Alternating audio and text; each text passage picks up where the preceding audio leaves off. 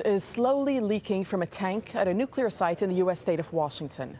The government says there is no immediate danger at the facility in Washington state. But as Rob Reynolds reports, concerns are growing over how the country's growing stockpile of toxic waste is being stored. The Hanford Nuclear Reservation is one of the most contaminated sites in the United States.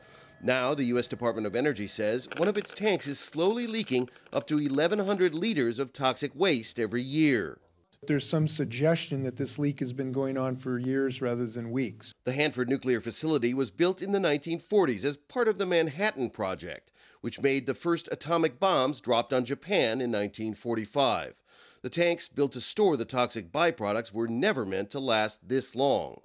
The U.S. government partnered with state authorities to decontaminate the site in 1989, but cleanup efforts have run over budget and behind schedule. The greatest danger posed by the leak is that the waste could flow underground and reach the nearby Columbia River.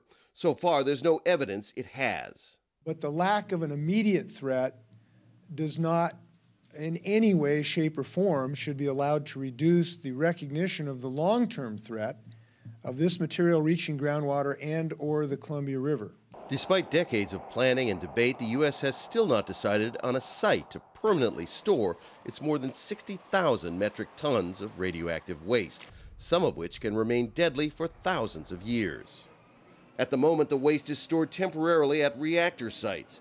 Last month, the government announced plans to search again for a final waste repository, but said it wouldn't be ready for another 35 years. Rob Reynolds, Al Jazeera.